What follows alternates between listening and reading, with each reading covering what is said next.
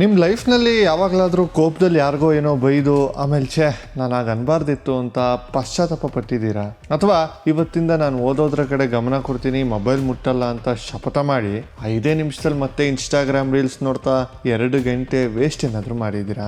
ನಾವೆಲ್ಲರೂ ಅಂದ್ಕೊಳ್ತೀವಿ ನಮ್ಮ ಶತ್ರುಗಳು ಹೊರಗಡೆ ಎಲ್ಲೋ ಇದ್ದಾರೆ ಅಂತ. ನಮ್ಮ ಬಾಸ್ ಶತ್ರು, ನಮ್ಮ ಎಕ್ಸ್ ಗರ್ಲ್ ಫ್ರೆಂಡ್ ಶತ್ರು, ಅಥವಾ ಆ ಪಕ್ಕದ ಮನೆ ಆಂಟಿನೂ ಶತ್ರು. ಆದರೆ ಒಬ್ಬ ಪತ್ರಕರ್ತನಾಗಿ ನಾನೊಂದು ತನಿಖಾ ವರದಿ ಕೊಡ್ತೀನಿ ಕೇಳಿ. ನಿಮ್ಮ ನಿಜವಾದ ಶತ್ರು ಹೊರಗಡೆ ಇಲ್ಲ, ಅವನು ನಿಮ್ಮ ಒಳಗಡೆನೇ ಇದ್ದಾನೆ. Is hiding inside you. ಇವತ್ತಿನ ಜೆನ್ಜಿ ಮತ್ತು ಆಲ್ಫಾ ಮಕ್ಕಳು ಎದುರಿಸುತ್ತಿರೋ ಅತಿ ದೊಡ್ಡ ಸಮಸ್ಯೆ ಎಮೋಷನಲ್ ಇನ್ಸ್ಟೆಬಿಲಿಟಿ. ಸಣ್ಣ ವಿಷಯಕ್ಕೆ ಕೋಪ ಬರುತ್ತೆ, ಸಣ್ಣ ವಿಷಯಕ್ಕೆ ಅಳು ಬರುತ್ತೆ. ಮೂಡ್ ಸ್ವಿಂಗ್ಸ್ ಎಷ್ಟು ಫಾಸ್ಟ್ ಆಗುತ್ತೆ ಅಂದರೆ ಬೆಳಗ್ಗೆ ಇದ್ದ ಮನುಷ್ಯ ಸಂಜೆ ಇರಲ್ಲ. ಇದನ್ನು ನಾವು ಹಾರ್ಮೋನ್ಸ್ ಪ್ರಾಬ್ಲಮ್ ಅಂತೀವಿ ಅಥವಾ ಸ್ಟ್ರೆಸ್ ಅಂತಲೂ ಕರಿತೀವಿ. ಆದರೆ ಕೃಷ್ಣ ಇದಕ್ಕೆ ಬೇರೆಯದ್ದೇ ಹೆಸರನ್ನು ಕೊಟ್ಟಿದ್ದಾನೆ. ಮಹಾಭಾರತದಲ್ಲಿ ಅರ್ಜುನನಿಗೂ ಇದೇ ಪ್ರಶ್ನೆ ಬಂತು. ಅವನು ಕೃಷ್ಣನಿಗೆ ಕೇಳ್ತಾನೆ, ಕೃಷ್ಣ, ಮನುಷ್ಯನಿಗೆ ಇಷ್ಟ ಇಲ್ಲದಿದ್ರೂ ಯಾರೋ ಬಲವಂತವಾಗಿ ಮಾಡಿದ ಹಾಗೆ ಅವನ ಕೈಯಲ್ಲಿ ತಪ್ಪು ಕೆಲಸ ಮಾಡಿಸ್ತಿರೋದು ಯಾರು?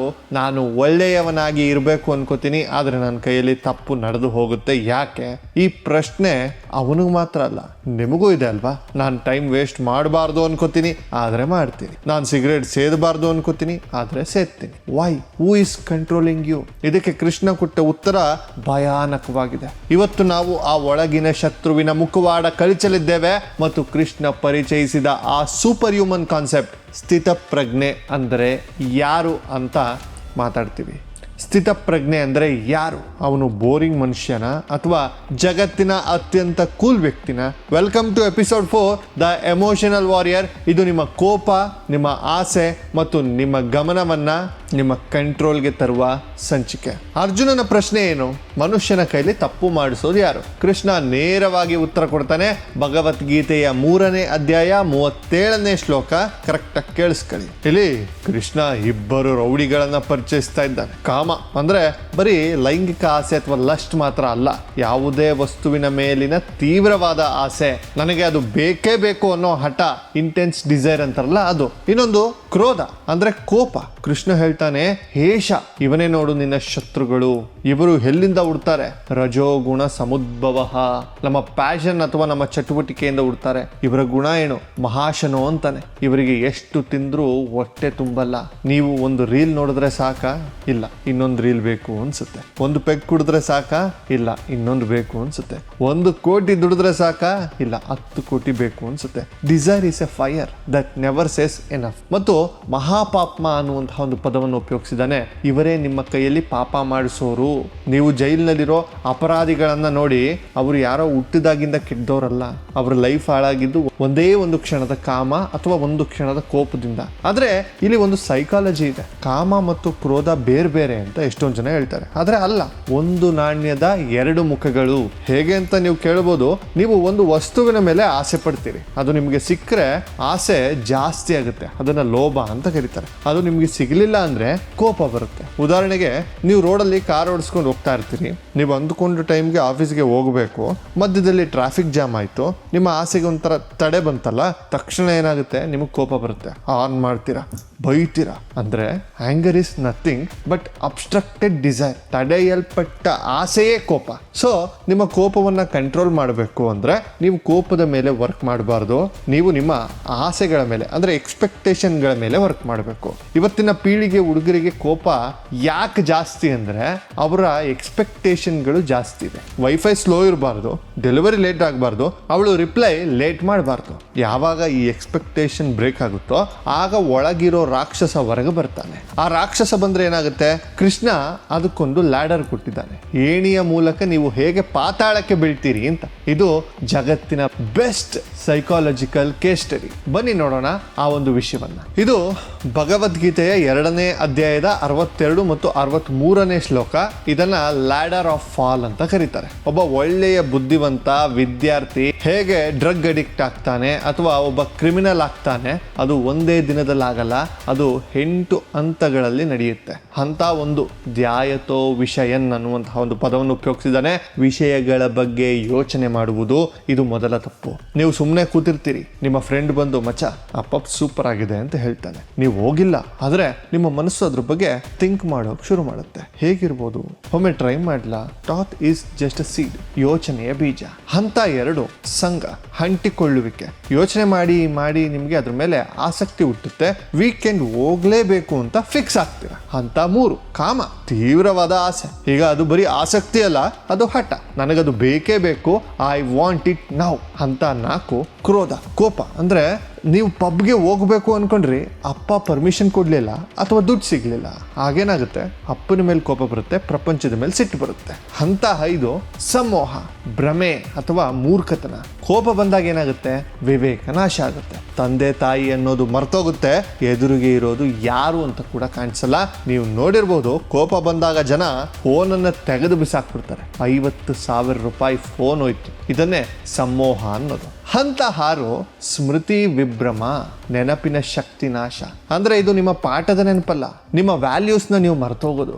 ನಾನು ಯಾರು, ನಾನು ಒಳ್ಳೆಯವನು, ನಾನು ಈ ರೀತಿ ಮಾಡಬಾರ್ದು ಅನ್ನೋ ಸಂಸ್ಕಾರ ಮರ್ತೋಗುತ್ತೆ, ನೀವು ಮೃಗ ಆಗ್ತೀರಿ. ಹಂತ 7 ಬುದ್ಧಿನಾಶ.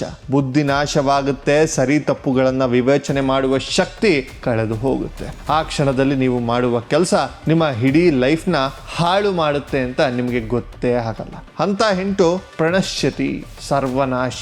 ಆ ಕೋಪದಲ್ಲಿ ನೀವು ಯಾರಿಗೆ ಹೊಡಿತೀರಾ ಅಥವಾ ಏನು ಕ್ರೈಮ್ ಮಾಡ್ತೀರಾ, ಪೊಲೀಸ್ ಕೇಸ್ ಆಗುತ್ತೆ, ಕೆರಿಯರ್ ಹಾಳಾಗುತ್ತೆ, ಲೈಫ್ ಮುಗಿಯುತ್ತೆ. ನೋಡಿ, ಶುರುವಾಗಿದ್ದಲ್ಲಿ ಧ್ಯಾಯತೋ ವಿಷಯನ್, ಸುಮ್ಮನೆ ಒಂದು ಥಾಟ್ ಇಂದ ಶುರುವಾದ ಆ ಚಿಕ್ಕ ಯೋಜನೆ ಎಮ್ಮರವಾಗಿ ಬೆಳೆದು ನಿಮ್ಮನ್ನ ಸುಟ್ಟ.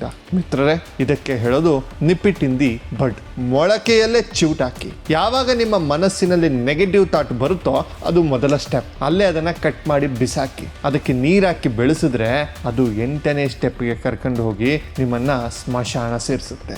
ಸರಿ, ಈ ಹೇಣಿಯಿಂದ ತಪ್ಪಿಸ್ಕೊಳ್ಳೋದು ಹೇಗೆ? ಆ ಮನಸ್ಥಿತಿಯನ್ನ ಕೃಷ್ಣ ಸ್ಥಿತಪ್ರಜ್ಞೆ ಅಂತ ಕರೆದ. ಅರ್ಜುನ ಕೇಳ್ತಾನೆ, ಸ್ಥಿತಪ್ರಜ್ಞಸ್ಯ ಕಾ ಭಾಷಾ? ಕೃಷ್ಣ, ಈ ಸ್ಥಿತಪ್ರಜ್ಞೆ ಅಂದ್ರೆ ಯಾರು? ಅವನು ಹೇಗೆ ಮಾತಾಡ್ತಾನೆ, ಅವನು ಹೇಗೆ ನಡೀತಾನೆ? ಜನ ಅಂದ್ಕೊಂಡಿದ್ದಾರೆ ಸ್ಥಿತಪ್ರಜ್ಞ ಅಂದ್ರೆ ರೇಗಿಸ್ತಾ ಇದ್ರು ಸುಮ್ಮನೆ ಇರೋದು, ಕಲ್ತರ ಇರೋದು ಅಂತ. ಅಲ್ಲ, ಸ್ಥಿತಪ್ರಜ್ಞ ಅಂದ್ರೆ ಎಮೋಷನ್ಲೆಸ್ ಅಲ್ಲ, ಅವನು ಮಾಸ್ಟರ್ ಆಫ್ ಎಮೋಷನ್ಸ್. ಕೃಷ್ಣ ಒಂದು ಬ್ಯೂಟಿಫುಲ್ ಉದಾಹರಣೆ ಕೊಡ್ತಾನೆ, ಅದನ್ನ ಒಂದ್ಸಲ ಕೇಳಿಸ್ಕೊಳ್ಳಿ. ನೋಡಿ, ನದಿಗಳು ತುಂಬಿ ಹರಿದ್ರು ಸಮುದ್ರಕ್ಕೆ ಸೇರ್ತವೆ. ಮಳೆ ಬಂದ್ರೆ ಸಮುದ್ರ ತುಂಬುತ್ತೆ, ಬಿಸಿಲು ಬಂದ್ರೆ ನೀರು ಆವಿಯಾಗುತ್ತೆ. ಆದರೆ ಸಮುದ್ರ ಯಾವತ್ತಾದ್ರೂ ಅಯ್ಯೋ ಜಾಸ್ತಿ ನೀರು ಬಂತು ಅಂತ ಉಕ್ಕಿ ಹರಿದಿದ್ಯಾ ಅಥವಾ ನೀರಿಲ್ಲ ಅಂತ ಒಣಗಿ ಹೋಗಿದ್ಯಾ? ಇಲ್ಲ. ಸಮುದ್ರ ಯಾವಾಗಲೂ ತನ್ನ ಮಿತಿಯಲ್ಲಿ ಗಂಭೀರವಾಗಿರುತ್ತೆ. ಸ್ಥಿತಪ್ರಜ್ಞ ಕೂಡ ಅಷ್ಟೇ. ಅವನ ಲೈಫ್ನಲ್ಲಿ ಆಸೆಗಳು ಬರ್ತವೆ, ಕಷ್ಟಗಳು ಬರ್ತವೆ, ದುಡ್ಡು ಬರುತ್ತೆ ಹೋಗುತ್ತೆ, ಆದರೆ ಅವನು ಅದರಿಂದ ಡಿಸ್ಟರ್ಬ್ ಆಗಲ್ಲ. ಅವನು ಒಂದು ಹಡಗು ಇದ್ದ ಹಾಗೆ, ದೋಣಿ ನೀರಿನಲ್ಲಿ ಇರಬೇಕು, ಆದರೆ ದೋಣಿ ಒಳಗೆ ನೀರು ಬರಬಾರ್ದು. ನಾವು ಪ್ರಪಂಚದಲ್ಲಿ ಇರಬೇಕು, ಆದರೆ ಪ್ರಪಂಚ ನಮ್ಮ ತಲೆ ಒಳಗೆ ಹೋಗಬಾರ್ದು. ಕಷ್ಟ ಬಂದಾಗ ಕುಗ್ಗಿ ಹೋಗಲ್ಲ, ಸುಖ ಬಂದಾಗ ಲಾಟ್ರಿ ಹೊಡೆದಾಗ ಕುಣಿಯಲ್ಲ. ಅತಿಯಾದ ಪ್ರೀತಿ, ಭಯ ಮತ್ತು ಕೋಪದಿಂದ ಮುಕ್ತನಾಗಿರ್ತಾನೆ. ಇವತ್ತು ಸಿಗ್ಮಾ ಮೇಲ್ ಅಥವಾ ಆಲ್ಫಾ ಮೇಲ್ ಅಂತ ಟ್ರಾಲಲ್ಲಿ ಮಾತಾಡ್ತೀವಲ್ಲ, ಕರಿತೀವಲ್ಲ, ನಿಜವಾದ ಸಿಗ್ಮಾ ಮೇಲ್ ಯಾರು ಗೊತ್ತಾ? ಸ್ಥಿತಪ್ರಜ್ಞ. ಅವನನ್ನ ಯಾರು ಪ್ರಚೋದನೆ ಮಾಡೋಕ್ಕಾಗಲ್ಲ. ಯಾರೇ ಬಂದು ಬೈದ್ರು ಇವನು ಸ್ಮೈಲ್ ಮಾಡಿ ಹೋಗ್ತಾನೆ, ಯಾಕಂದ್ರೆ ಅವನು ರಿಮೋಟ್ ಕಂಟ್ರೋಲ್ ಅವನ ಕೈಯಲ್ಲೇ ಇದೆ, ಬೇರೆಯವರ ಕೈಯಲ್ಲಿಲ್ಲ. ಸರ್, ಕೇಳೋಕೆ ಚೆನ್ನಾಗಿದೆ, ಆದರೆ ಪ್ರಾಕ್ಟಿಕಲ್ ಆಗಿ ಮಾಡೋದು ಹೇಗೆ? ನನ್ನ ಕಣ್ಣು ಮೊಬೈಲ್ ನೋಡಬೇಕು ಅನ್ಸುತ್ತೆ, ನಾಲಿಗೆ ಪಿಜ್ಜಾ ತಿನ್ನಬೇಕು ಅನ್ಸುತ್ತೆ, ಇದನ್ನ ಕಂಟ್ರೋಲ್ ಮಾಡೋದು ಹೇಗೆ ಅಂತ ಹೇಳಿ ಅಂತ ನೀವು ಕೇಳ್ಬೋದು. ಕೃಷ್ಣ ಇಲ್ಲೊಂದು ಟೆಕ್ನಿಕ್ ಕೊಡ್ತಾನೆ, ಇದನ್ನ ನಾನು ದ ಟರ್ಟಲ್ ಟೆಕ್ನಿಕ್ ಅಂತ ಕರಿತೀನಿ. ಈ ಶ್ಲೋಕವನ್ನೊಂದ್ಸಲ ಕೇಳಿಸ್ಕೊಳ್ಳಿ. ಒಮ್ಮೆ ಆಮೆ ನೆಲದ ಮೇಲೆ ಹೋಗ್ತಾ ಇರುತ್ತೆ. ಅದಕ್ಕೇನಾದರೂ ಅಪಾಯ ಬಂತು ಅಂದ್ರೆ ಅಥವಾ ಬೇಡವಾದದ್ದನ್ನ ಕಂಡ್ರೆ ಅದು ತಕ್ಷಣ ತನ್ನ ತಲೆ ಮತ್ತು 4 ಕಾಲುಗಳನ್ನ ಚಿಪ್ಪಿನೊಳಗೆ ಎಳೆದುಕೊಳ್ಳುತ್ತೆ. ಆಗ ಹುಲಿ ಬಂದು ನೋಡಿದ್ರು ಅದು ಕಲ್ಲೇ ಹೊರತು ಪ್ರಾಣಿ ಅಲ್ಲ. ನೀವು ಹೀಗೆ ಇರಬೇಕು. ನಿಮ್ಮ 5 ಇಂದ್ರಿಯಗಳು ಅಂದರೆ ಕಣ್ಣು, ಕಿವಿ, ಮೂಗು, ನಾಲಿಗೆ, ಚರ್ಮ, ಆಮೆಯ 5 ಅಂಗಗಳ ಥರ ನೀವು ಓದುವಾಗ ಫೋನ್ ನೋಟಿಫಿಕೇಶನ್ ಶಬ್ದ ಬಂತ ತಕ್ಷಣ ಕಿವಿ ಮತ್ತು ಕಣ್ಣನ್ನು ವಾಪಸ್ ಇಟ್ಕೊಳ್ಳಿ, ನಾನು ನೋಡಲ್ಲ ಅಂತ. ಫ್ರೆಂಡ್ಸ್ ಪಾರ್ಟಿಗೆ ಕರಿತಿದಾರ, ತಕ್ಷಣ ನಿಮ್ಮ ಮನಸ್ಸನ್ನು ಒಳಗೆ ಇಳ್ಕೊಳ್ಳಿ. ಇದನ್ನೇ ಪ್ರತ್ಯಾಹಾರ ಅನ್ನೋದು. ಇದು ಕಷ್ಟ ಹೌದು, ಆದರೆ ಕೃಷ್ಣ ಹೇಳ್ತಾನೆ. ಅದಕ್ಕೆ ಕೃಷ್ಣ ಒಂದು ಮಾತನ್ನು ಹೇಳಿದಾನೆ, ಕೇಳಿಸ್ಕೊಳ್ಳಿ. ಆಸೆಗೆ ಫುಡ್ ಕೊಡೋದನ್ನ ನಿಲ್ಸಿದ್ರೆ ಆಸೆ ತಾನೇ ಸತ್ತೋಗುತ್ತೆ. ಉಪವಾಸ ಅಂದ್ರೆ ಬರೀ ಊಟ ಬಿಡೋದಲ್ಲ, ಸೋಷಿಯಲ್ ಮೀಡಿಯಾ ಉಪವಾಸ, ಕೆಟ್ಟ ಮಾತುಗಳ ಉಪವಾಸ, ನೆಗೆಟಿವಿಟಿ ಉಪವಾಸ. ನಿಮ್ಮ ಇಂದ್ರಿಯಗಳಿಗೆ ನೀವು ಬಾಸ್ ಆಗಿರ್ಬೇಕು, ಅವು ನಿಮಗೆ ಬಾಸ್ ಆಗಬಾರ್ದು. ಯಾರಿಗೆ ತನ್ನ ನಾಲಿಗೆಯನ್ನ ಕಂಟ್ರೋಲ್ ಮಾಡೋಕೆ ಆಗಲ್ವೋ ಅವನು ಲೈಫ್ನಲ್ಲಿ ಏನನ್ನೂ ಸಾಧಿಸೋಕ್ಕಾಗಲ್ಲ. ಬರ್ದಿಟ್ಕೊಳ್ಳಿ ಈ ಮಾತನ್ನ. ಫೈನಲಿ ಎಲ್ಲದರ ಮೂಲ ಮನಸ್ಸು.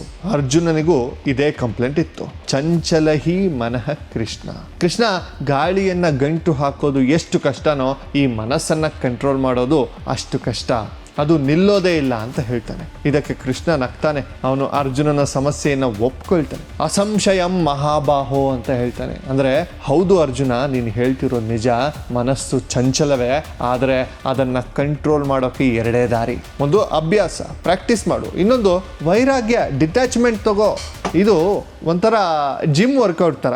ನೀವು ಮೊದಲನೇ ದಿನ ಜಿಮ್ಗೆ ಹೋಗಿ 50 kg ಎತ್ತೋಕ್ಕಾಗುತ್ತಾ? ಆಗಲ್ಲ, ಕೈ ನೋವು ಬರುತ್ತೆ. ಆದರೆ ಬಿಡ್ತೀರಾ? ಇಲ್ಲ. ಮರುದಿನ ಮತ್ತೆ ಹೋಗ್ತೀರಾ. ಅಭ್ಯಾಸ ಅದು. ಸ್ವೀಟ್ಸ್ ತಿನ್ನೋದನ್ನ ಬಿಡ್ತೀರಾ, ವೈರಾಗ್ಯ ಬರುತ್ತೆ. ಹೀಗೆ 6 ತಿಂಗಳು ಮಾಡಿದ್ರೆ ಮಜಲ್ ಬರುತ್ತೆ. ಮನಸ್ಸು ಕೂಡ ಒಂದು ಮಜಲ್. ನೀವು ಧ್ಯಾನ ಮಾಡೋಕೆ ಕೂತಾಗ ಮನಸ್ಸು ಓಡೋಗುತ್ತೆ, ಪರವಾಗಿಲ್ಲ, ಅದನ್ನ ಮತ್ತೆ ಕರ್ಕೊಂಡು ಬನ್ನಿ. ಮತ್ತೆ ಓಡೋಗುತ್ತೆ, ಮತ್ತೆ ಎಳ್ಕೊಂಡು ಬನ್ನಿ. Bring it back again and again. ಇದನ್ನೇ ಅಭ್ಯಾಸ ಅನ್ನೋದು. ನೀವು ರೀಲ್ಸ್ ನೋಡುವಾಗ ಸ್ಕ್ರಾಲ್ ಮಾಡೋ ಬೆರಳನ್ನು ತಡೆದು ಫೋನ್ ಪಕ್ಕ ಇಡ್ತೀರಲ್ಲ, ಅದು ಜಿಮ್ನಲ್ಲಿ ಡಂಬಲ್ಸ್ ಎತ್ತಿದ ಹಾಗೆ. ಪ್ರತಿ ಸಾರಿ ನೀವು ಆಸೆಯನ್ನು ಗೆದ್ದಾಗಲೂ ನಿಮ್ಮ ವಿಲ್ ಪವರ್, ಮಜಲ್ ಸ್ಟ್ರಾಂಗ್ ಆಗುತ್ತೆ. ಸೊ ಮಿತ್ರರೇ, ಯಾವುದೇ ಮ್ಯಾಜಿಕ್ ಪಿಲ್ ಇಲ್ಲ. ಎಮೋಷನಲ್ ಇಂಟೆಲಿಜೆನ್ಸ್ ಬೇಕು ಅಂದರೆ ಹಾರ್ಡ್ ವರ್ಕ್ ಮಾಡಲೇಬೇಕು. But once you master it, you become invincible. So ಇವತ್ತಿನ ಪಾಠ ಏನು? You are not bad. ನೀವು ಕೆಟ್ಟವರಲ್ಲ. ನಿಮ್ಮ ಒಳಗಿರೋ ಕಾಮ, ಕ್ರೋಧ ನಿಮ್ಮ ಕೈಲಿ ತಪ್ಪು ಮಾಡಿಸ್ತದೆ. Break the chain. ಧ್ಯಾಯತೋ ವಿಷಯನ್ ಅಂದರೆ ಕೆಟ್ಟ ಯೋಚನೆ ಬಂದ ತಕ್ಷಣ ಅದನ್ನು ಕಟ್ ಮಾಡಿ ಏಣಿ ಹತ್ತಬೇಡಿ. ಬಿಯ ಸ್ಥಿತಪ್ರಜ್ಞ, ಸಮುದ್ರ ಥರ ಗಂಭೀರವಾಗಿರಿ. ಸುಖ ದುಃಖಗಳಿಗೆ ರಿಯಾಕ್ಟ್ ಮಾಡಬೇಡಿ. Use a turtle technique. ಆಮೆಯ ಹಾಗೆ ಇಂದ್ರಿಯಗಳನ್ನು ಕಂಟ್ರೋಲ್ ಮಾಡಿ, ಪ್ರಾಕ್ಟೀಸ್ ಮಾಡಿ.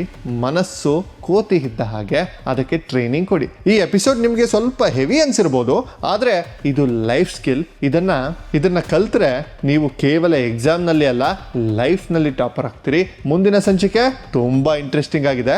ಸರ್, ಭಕ್ತಿ ಅಂದ್ರೆ ಏನು?